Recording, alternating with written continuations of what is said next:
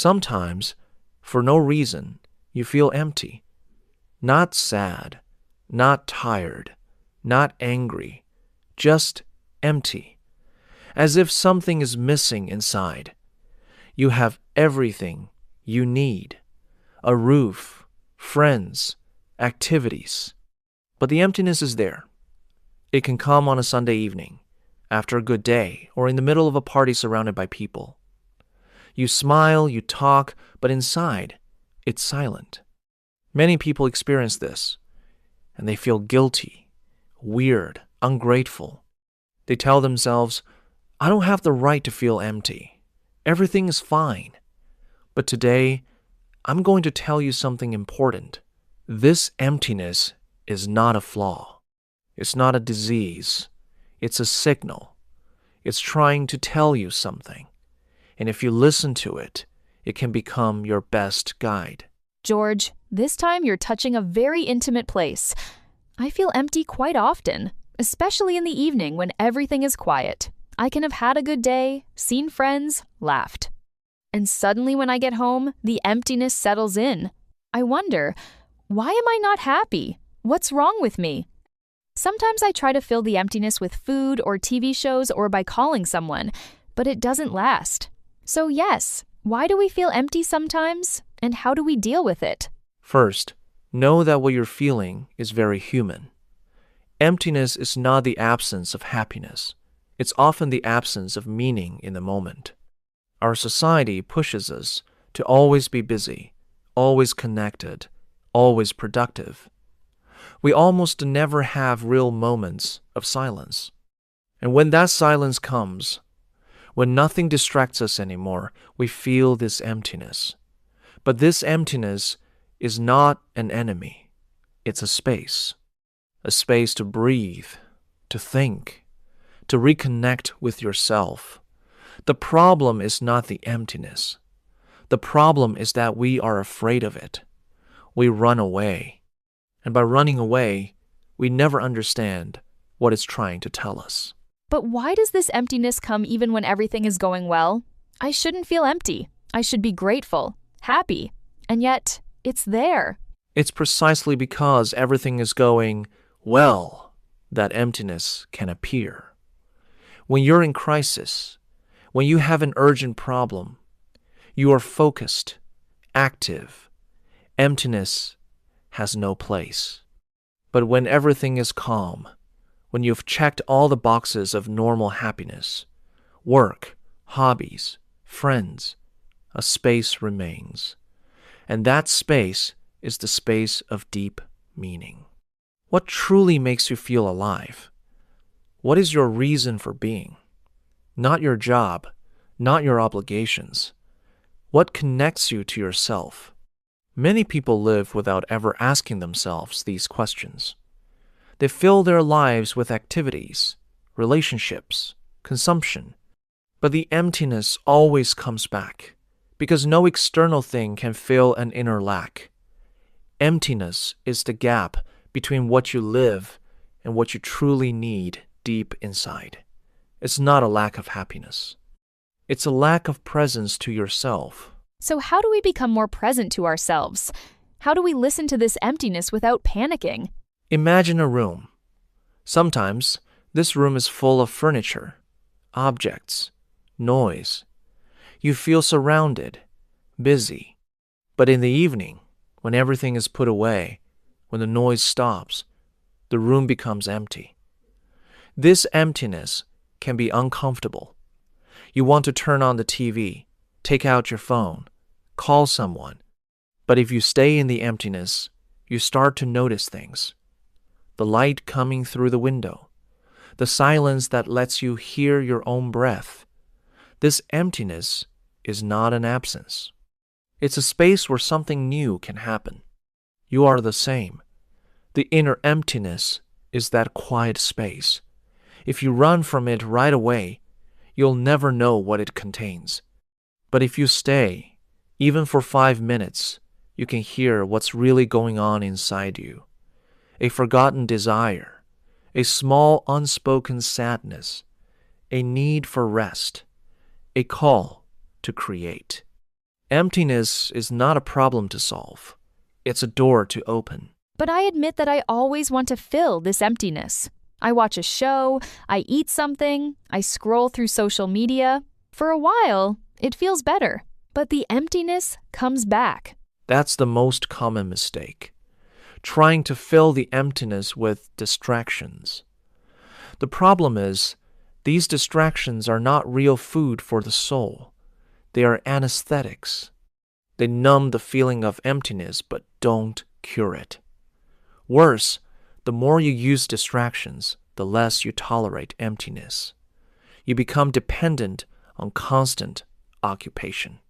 And when the emptiness returns, it's even stronger. Tony Robbins says, "The emptiness you try to fill with food, alcohol, screens, or relationships is an emptiness of inner state. As long as you don't change your state, you can fill as much as you want. It won't last." The real solution is not to fill. It's to learn to be with the emptiness. To recognize it, welcome it, listen to it. Because once you've listened to it, it transforms. It becomes calm, then energy, then clarity. Has science studied this feeling of emptiness? Yes. Neuroscience has discovered what's called the brain's default mode network. It's the state your brain enters when you're doing nothing, when you're at rest. In this state, your brain doesn't stop. It starts to wander, to think about you, your past, your future. And often, this wandering can create a feeling of incompleteness, a lack. That's normal. But there's more. The psychologist Viktor Frankl, who survived concentration camps, developed logotherapy. His central idea, the primary need of human beings is not pleasure or power, it's meaning. When you lack meaning, you feel an existential emptiness. Frankl called it the existential vacuum. It's not a mental illness, it's a sign that you need to reconnect with what truly matters to you. Studies show that people who have a strong sense of meaning in their lives feel this emptiness less. And meaning is not found only in big things. It's found in small things, helping someone, doing something beautiful, learning, creating a connection. Emptiness is sometimes just your soul telling you, "I need something more real than what you're giving me." You mentioned Viktor Frankl. What exactly does he say? Viktor Frankl wrote, "Man cannot live without meaning, and when he doesn't find it, he invents neuroses. That's very powerful. The emptiness you feel, if you ignore it, can turn into anxiety, depression, addictions. But if you listen to it, it pushes you to search for your meaning." James Clear says something complementary. The simplest way to find meaning is to ask yourself, what can I do today that matters to someone, even to myself? Meaning is not always grand. Sometimes it's just preparing a good meal, calling a friend, writing a page. Action gives meaning, and meaning fills the emptiness. Carol Dweck would add, "People with a fixed mindset see emptiness as a permanent flaw. I'm empty, that's how I am. People with a growth mindset see emptiness as a temporary state. I feel empty today. What can I learn from this? The difference changes everything." So emptiness is not an identity, it's a passing state. Exactly. And like any passing state, it can be welcomed, understood, and transformed. Let me give you a very concrete example. Every Sunday evening, around 8 p.m., I feel empty. The week is over.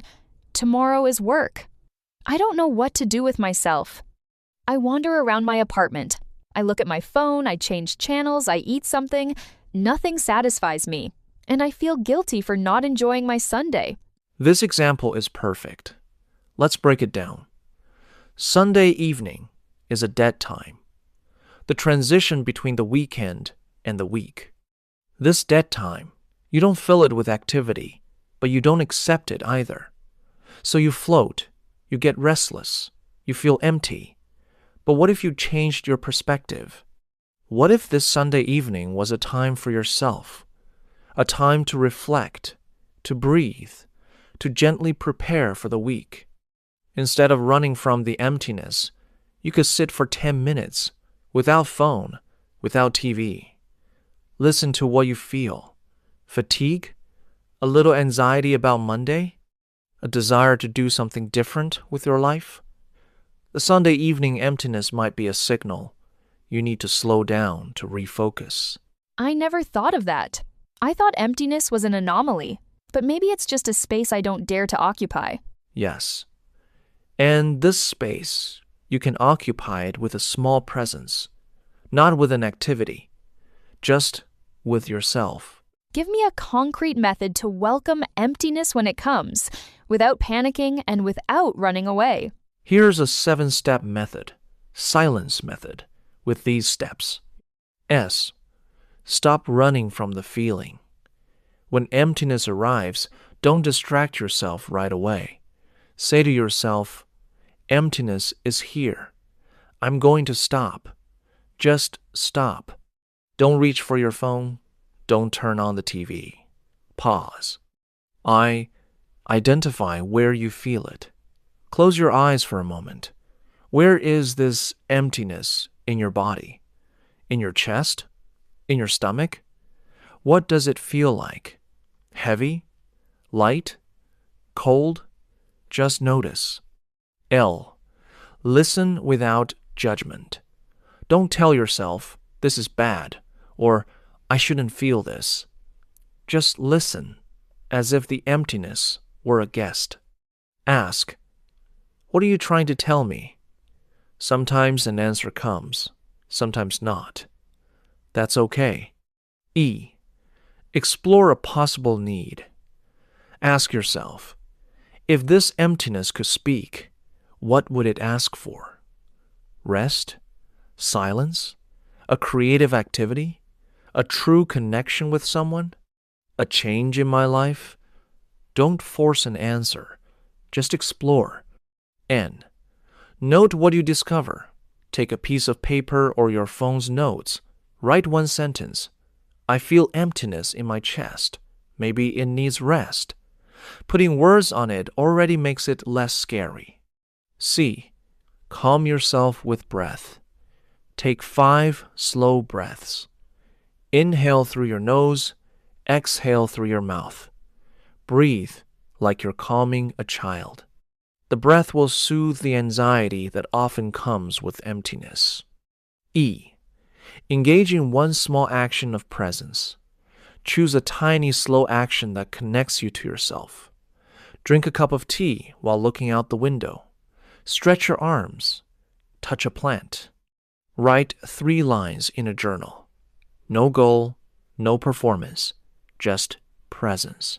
This method is beautiful, but depending on the moment, emptiness has a different color.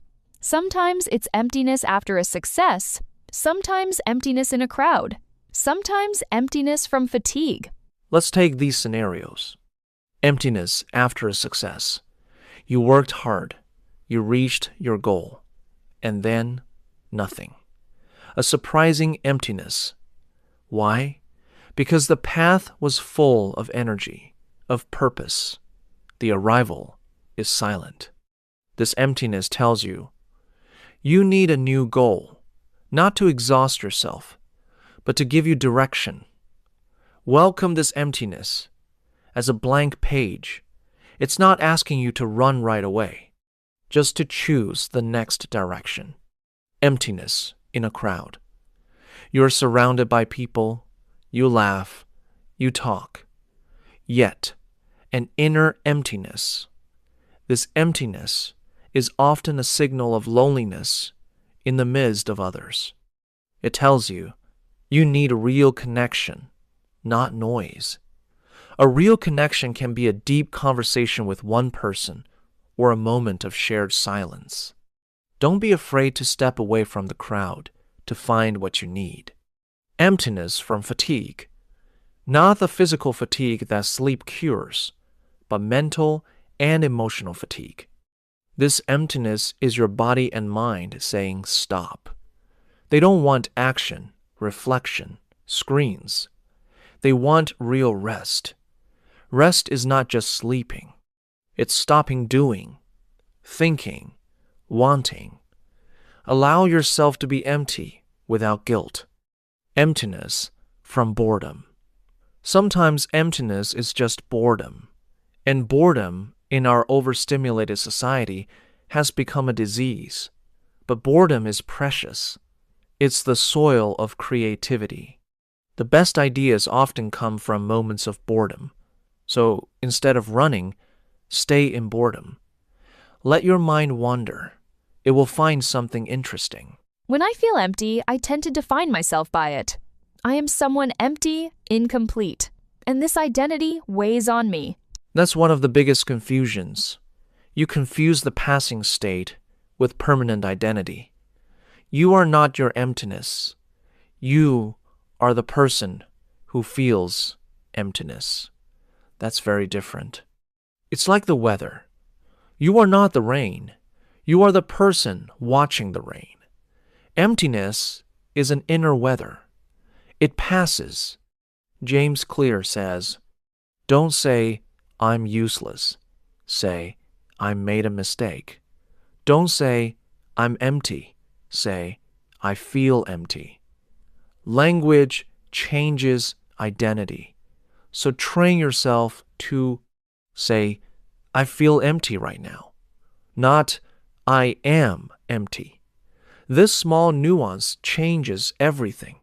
Carol Dweck would add, "If you believe your emptiness is a fixed characteristic of your personality, you won't try to understand it. You'll suffer it. But if you believe emptiness is information about your current state, you can act."